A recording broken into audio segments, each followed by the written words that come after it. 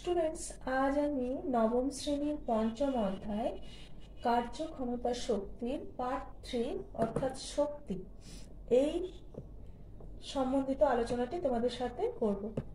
এর আগে কার্য এবং ক্ষমতা এই দুটো নিয়েই ডিসকাস করেছি, আমি ভিডিও দিয়েছি, ডেসক্রিপশন বক্সে লিংক দিয়ে দেবো, তোমরা না দেখে থাকলে অবশ্যই ফলো করে নিও। শক্তি কি? কোনো বস্তু বা সংস্থার মধ্যে সঞ্চিত কার্য করার মোট সামর্থ্য। কথাটা কি? সঞ্চিত যে শক্তি থাকে সেটা কি হয়, মোট সামর্থ্য হিসাবে আমাদের সামনে প্রকাশিত হয়, তাকেই বলা হয় কি শক্তি, বা এইভাবে আমরা শক্তির পরিমাপ করে থাকি। মানে শক্তির পরিমাপ আসলে কি? অবশ্যই কৃতকার্য। আর আমরা কৃতকার্য সমান কি জানি? প্রযুক্ত বল গুণিত স্মরণ।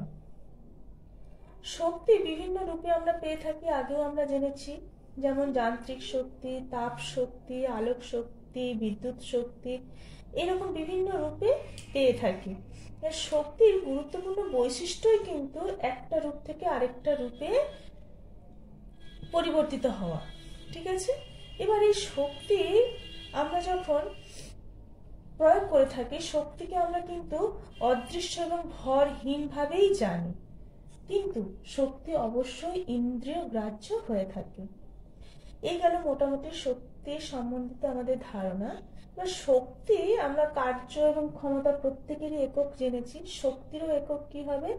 পরম একক হবে আর্ক সিজিএস পদ্ধতিতে, এবং এসআই পদ্ধতিতে কি হবে? জুল। আর্ক হচ্ছে সিজিএস পদ্ধতিতে আর জুল এসআই পদ্ধতিতে। অভিকর্ষ একক কি হবে? গ্রাম সেমি, এবং এসআই পদ্ধতিতে হবে কিগ্রা মিটার। এই গেল একক।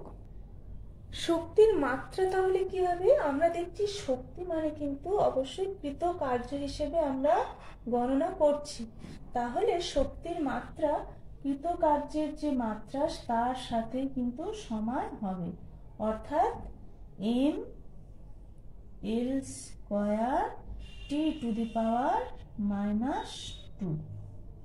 কৃতকার্যের যে মাত্রা অবশ্যই তার মাত্রার সাথে সমান হবে। এই পরবর্তী আমরা আলোচনা করব, আমি যে শক্তিগুলো বলেছিলাম তার মধ্যে যেমন যান্ত্রিক শক্তি, এই শক্তি সম্বন্ধিত আলোচনাটি করব।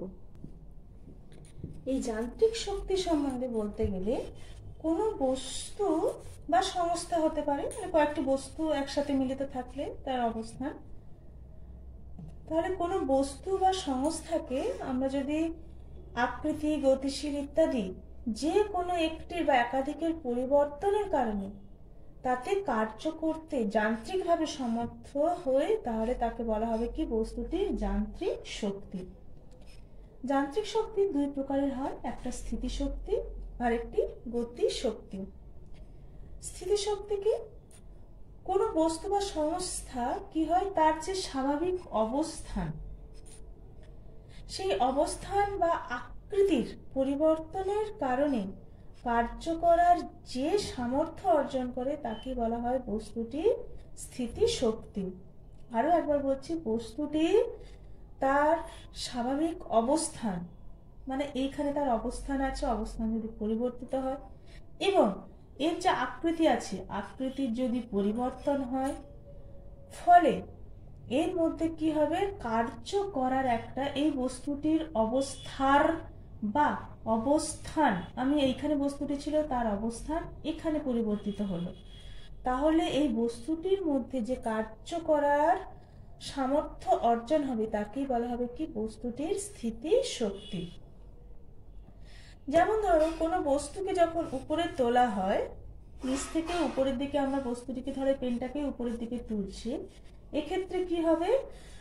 এই পেনটিতে কিন্তু একটা কার্য করার সামর্থ্য জন্মাচ্ছে, যা কিনা এই পেনটিকে মাটিতে আঘাত করতে সাহায্য করবে। এটাই পরিচিত হবে কি? এর মধ্যে থাকা স্থিতি শক্তি হিসাবে। গতিশক্তি কি?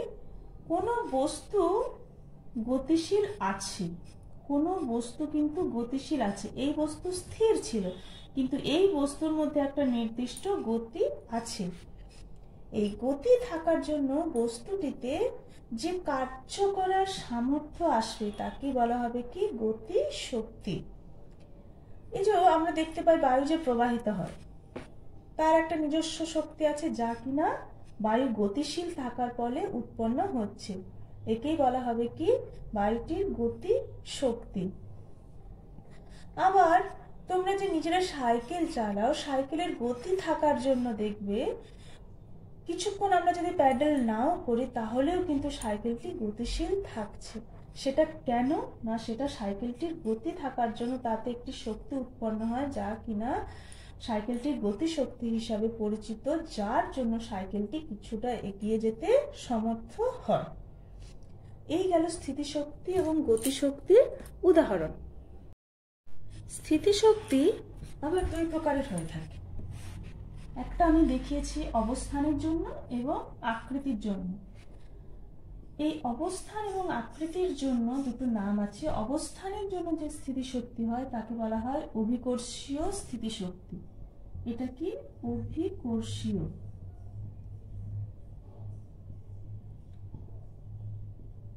এবং আকৃতির জন্য যেটা হয়ে থাকে তাকে বলা হয় কি স্থিতিস্থাপক। দুটোরই উদাহরণ দিয়ে আমি বুঝিয়ে দিচ্ছি, তাহলে তোমাদের বুঝতে সুবিধা হবে। একটা হলো অভিকর্ষীয় স্থিতিস্থাপক যা কিনা অবস্থানের জন্য, এবং আকৃতিগত যেটা তাকে বলা হয় স্থিতিস্থাপক স্থিতিশক্তি। অবস্থানগত অর্থাৎ কথাটাই আছে অভিকর্ষীয়। বোঝার জন্য দেখো, যখন ভূপৃষ্ঠ থেকে, এটা যদি আমাদের ভূপৃষ্ঠ হয়, ভূপৃষ্ঠ থেকে যখন আমরা কোনো বস্তুকে উপরের দিকে তুলছি, এর মধ্যে কি হয় বস্তুটির অবস্থান, মানে বস্তুটি প্রথমে ছিল এইখানে, তারপরে তার স্থান পরিবর্তন করে হলো এখানে, অর্থাৎ সে পৃথিবী পৃষ্ঠ থেকে উপরের দিকে গেল, অর্থাৎ অভিকর্ষ বল ক্রিয়া করছে এই দিকে, বস্তুটির অবস্থার পরিবর্তন হচ্ছে কোথায়, তার উল্টো দিকে অর্থাৎ বিপরীত দিকে। এর ফলে বস্তুটির মধ্যে একটি কিন্তু স্থিতিশক্তি সঞ্চিত হচ্ছে। যেহেতু অভিকর্ষ বলের বিপরীতে হচ্ছে তাই এর নাম হচ্ছে কি অভিকর্ষীয় স্থিতিশক্তি। অবস্থানগত পরিবর্তন হলো যা কিনা অভিকর্ষীয় স্থিতিশক্তি হিসাবে পরিচিত। আর স্থিতিস্থাপক স্থিতিশক্তি কোনটা? স্প্রিং এর ক্ষেত্রে, স্প্রিং ধরো এই আকৃতির আছে, এই স্প্রিংটাকে যদি আমি টান দিয়ে একটু দৈর্ঘ্যে বড় করি তাহলে কি হবে, দেখা যাবে তার আকৃতিগত পরিবর্তনের জন্য স্প্রিংটিতে একটি স্থিতিশক্তি সঞ্চিত হচ্ছে যা কিনা স্থিতিস্থাপক স্থিতিশক্তি হিসাবে পরিচিত। আমরা যে ঘড়িতে দম দিই সেখানেও কিন্তু ঘড়ি স্প্রিং সংকুচিত হয়, ফলে তার মধ্যে কি হয় আকৃতিগত পরিবর্তনের জন্য স্প্রিংটিতে স্থিতিশক্তি সঞ্চিত হয়। এই গেল আকৃতিগত স্থিতিশক্তি বা স্থিতিস্থাপক স্থিতিশক্তির উদাহরণ। স্থিতিস্থাপক স্থিতিশক্তি এবং অভিকর্ষীয় স্থিতিশক্তি সম্বন্ধে জানলাম। অভিকর্ষীয় স্থিতিশক্তির পরিমাপ কিভাবে করব? অভিকর্ষীয় স্থিতিশক্তির পরিমাপ আমরা করব এইভাবে, অভিকর্ষ বল গুণিত সরণ। এইখানে অভিকর্ষ বল আদতে কি না বস্তুটির যেটা ভার, ভার মানে কি ভর আর ভারের মধ্যে কিন্তু পার্থক্য আছে। ভরকে যখন অভিকর্ষজ ত্বরণ দিয়ে গুণ করব তখন তাকে বলা হবে কি ভার, বস্তুটির ভার। কথাটা লিখছি দেখো, বস্তুর ভার গুণিত সরণ, মানে যে দূরত্বটা পৃথিবী পৃষ্ঠ থেকে উপরের দিকে গেল। তাহলে বস্তুর ভারকে আমরা প্রকাশ করি কি দ্বারা, ডব্লিউ দ্বারা, এবং সরণটা এখানে যেহেতু উচ্চতার সঙ্গে সম্পর্কিত তাই হাইট থেকে নিলাম এইচ। ডব্লিউ সমান কি বলছি, বস্তুর ভরকে অভিকর্ষজ ত্বরণ দ্বারা গুণ, জি মানে অভিকর্ষজ ত্বরণ ইন্টু সরণ মানে উচ্চতা এইচ। তাহলে আমরা যে কোনো বস্তুর অভিকর্ষ বলের বিরুদ্ধে যে কৃতকার্য অর্থাৎ বস্তুটির মধ্যে স্থিতিশক্তি হিসাবে পরিচিত তাকে আমরা প্রকাশ করব ই পি দ্বারা। অভিকর্ষীয় স্থিতিশক্তি সমান কি হবে, এম জি এইচ। এন কি বস্তুটির ভর, জি হলো অভিকর্ষজ ত্বরণ এবং এইচ হলো উলম্ব উচ্চতা। বারবার বলছি পৃথিবী পৃষ্ঠ থেকে এই উলম্ব উচ্চতা, এটাকে এইচ দ্বারা প্রকাশ করা হয়। এটা হলো অভিকর্ষীয় স্থিতিশক্তির পরিমাপ করার ম্যাথমেটিক্যাল ইকুয়েশন। এরপরে আসি গতিশক্তি সম্বন্ধিত আলোচনা। গতিশক্তি তিন প্রকারের হয়ে থাকে: রৈখিক গতিশক্তি, আবর্ত গতিশক্তি এবং কম্পনজনিত গতিশক্তি। প্রত্যেকটার উদাহরণ: রৈখিক গতিশক্তি কিরকম? যখন কোনো বস্তু সরল রেখা বরাবর চলাচল করে, এই বস্তুটা যখন সরল রেখা বরাবর চলাচল করবে তাকে বলা হবে রৈখিক গতিশক্তি। যেমন যে কোনো গাড়ি যখন সরল রেখা বরাবর চলে, যখন কীট পতঙ্গ যখন রৈখিক গতিপথ ধরে থাকে, তখন তাদের শক্তিকে বলা হবে কি? রৈখিক গতিশক্তি। আবর্ত গতিশক্তি কি? যখন কোনো বস্তু ঘূর্ণায়মান হয়, অর্থাৎ কোনো একটা বিন্দুকে কেন্দ্র করে ঘুরতে থাকে, বৃত্তাকার পথে পরিভ্রমণ করে, তখন তার মধ্যে সঞ্চারিত গতিশক্তিকে বলা হয় আবর্ত গতিশক্তি। যেমন নাগরদোলা গোল হয়ে ঘোরে, যেমন ঘূর্ণায়মান যে লাট্টু, এদের গতিশক্তি হবে আবর্ত গতিশক্তির উদাহরণ। আর কম্পনজনিত গতিশক্তির উদাহরণ কি হবে? যখন কোনো বস্তু এমনভাবে চলতে থাকে যে বস্তুটি বারবার একই বিন্দুতে ফিরে আসে। যেমন দোলক। দোলক তোমরা জানো, একটা বিন্দু থেকে সুতো ঝুলিয়ে তাতে যদি আমরা একটা ভারী পদার্থ, কঠিন পদার্থ দিই, তখন তাকে দুলিয়ে দিলে সে এই প্রান্তে যাবে, আবার এখান থেকে ফিরে এসে এই প্রান্তে যাবে। অর্থাৎ দেখো, বারবার সে একটা বিন্দুতে যাচ্ছে, আবার ফিরে আসছে, যাচ্ছে, আবার ফিরে আসছে। একে বলা হবে কি? কম্পনজনিত গতিশক্তি। গতিশক্তির রাশিমালা কিভাবে নির্ণয় করব? যখন কোনো গতিশীল বস্তু স্থিরাবস্থায় আসার আগে যে পরিমাণ কাজ করছে, অর্থাৎ বস্তুটি গতিশীল কিন্তু একটা টাইমে গিয়ে, অর্থাৎ ভি সমান একটা মান থাকবে, আমি ধরলাম ক্যাপিটাল ভি, একটা অবস্থানে গিয়ে ভি 0 হবে। এই 0 হওয়া বা 0 হওয়া পর্যন্ত সে যে পরিমাণ কাজ করে তা দিয়েই কিন্তু আমরা গতিশক্তির পরিমাপটি করব। আমরা ধরে নিলাম একটি এম ভরের বস্তু আছে, বস্তুটির ভর কত? এম।